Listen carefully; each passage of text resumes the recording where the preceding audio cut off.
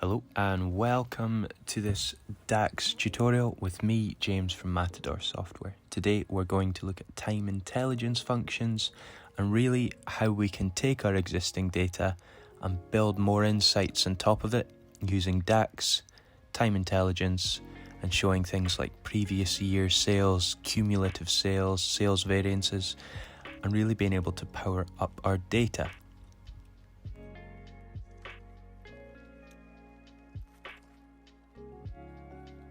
This is intended to be a simple guide to some great concepts, and we're going to break it down into 6 nice steps.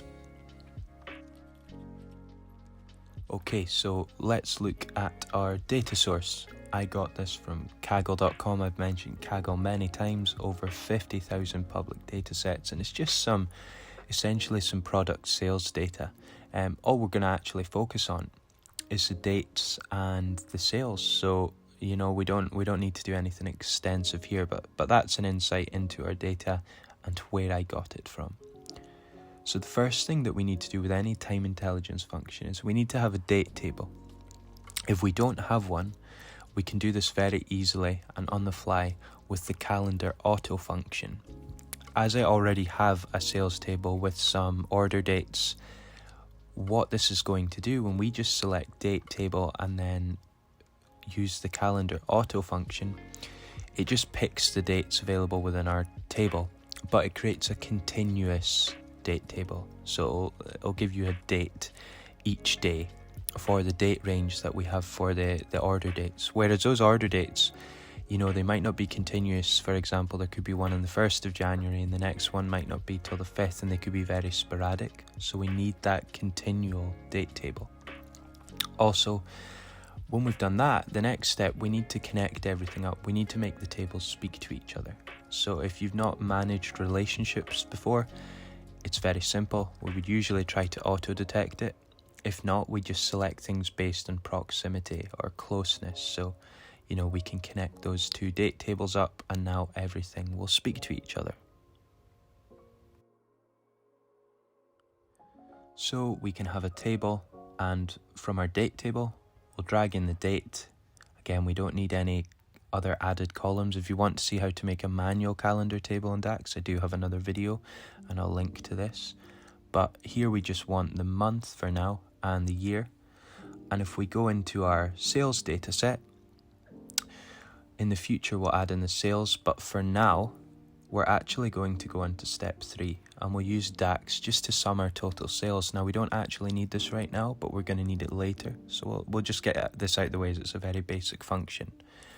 We call the DAX measure total sales, and all we're doing is summing up the sales from the sales Kaggle dataset table.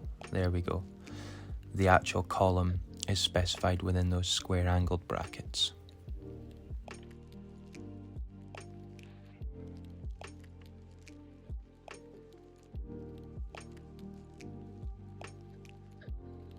So we're motoring through our steps now. We are on step 4 out of 6, and we're really getting used to the first DAX time intelligence feature. And what we're going to do is look at the sales year to date. And what I mean by that, as the step said, it's a cumulative or a running total. So basically it's going to take each month's sales and it's going to add it to the next month, and we'll be able to compare current month to a running total and do lots of good things. So this is wrapped within Calculate, the most powerful DAX function, and it's the only function that allows us to change our filter context. So most of our time intelligence actually will probably be wrapped within Calculate. And what we're doing here, we're summing up the sales. So we're essentially doing the same thing as we did within our total sales measure before. And we're showing the dates in year to date, which is basically a function that's going to allow us to show that cumulative total.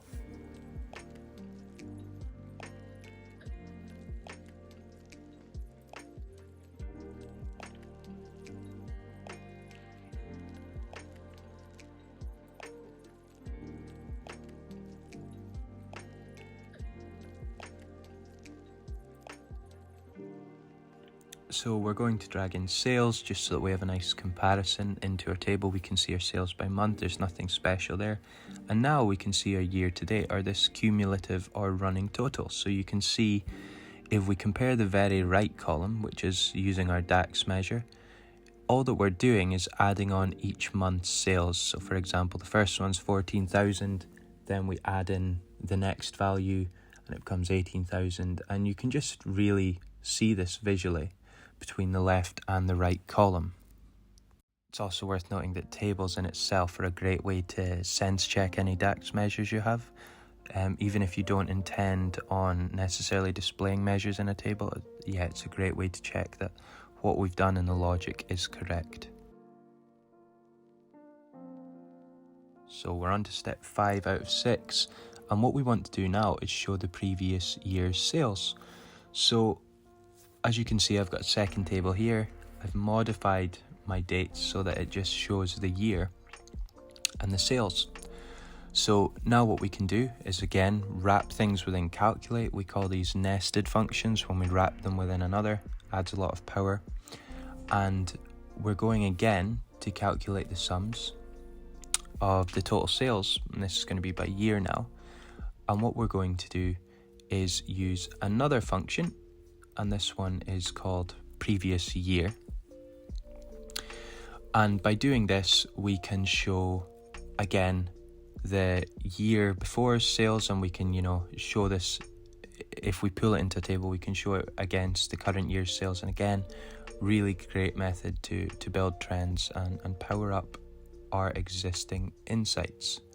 Also worth noting, you'll see my measures in that formula bar are slightly larger. You just compress Control and the plus symbol, and that will make things larger for both you to see and if you're ever presenting these.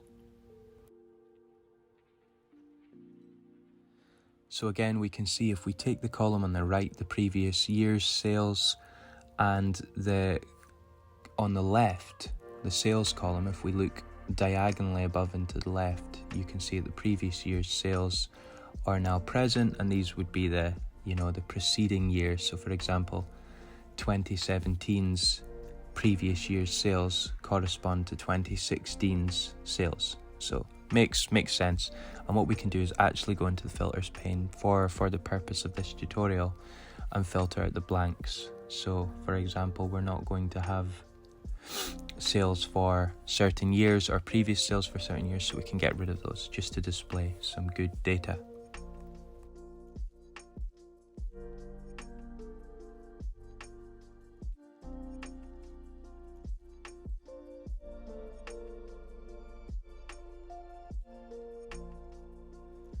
And now we're on step 6 of our sort of introduction to time intelligence.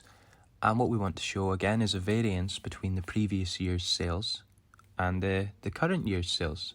Very simple, and you'll see why before I created a total sales measure, because I don't even have to wrap this within a function now. I'm just subtracting the total sales measure from the previous year measure. And, very simple DAX syntax. You just have to remember to do some steps beforehand. And if I drag this in now, you can see very clearly more trends, more insights, really powering up our data. I can see where we're at loss and the 2 years where we're in the positive, this year's sales versus the previous sales. It's important to note that this is a currency and we're going to format it in Great British Pounds Sterling. If you want to do that, just click on the relevant column, go into format and change it to currency. And you can see this will now display it within Great British Pounds, and it makes a lot more sense. So that's been DAX Time Intelligence, broke into manageable steps. I hope you enjoyed it. If you found it helpful, please feel free to like, comment, subscribe and share. Thank you.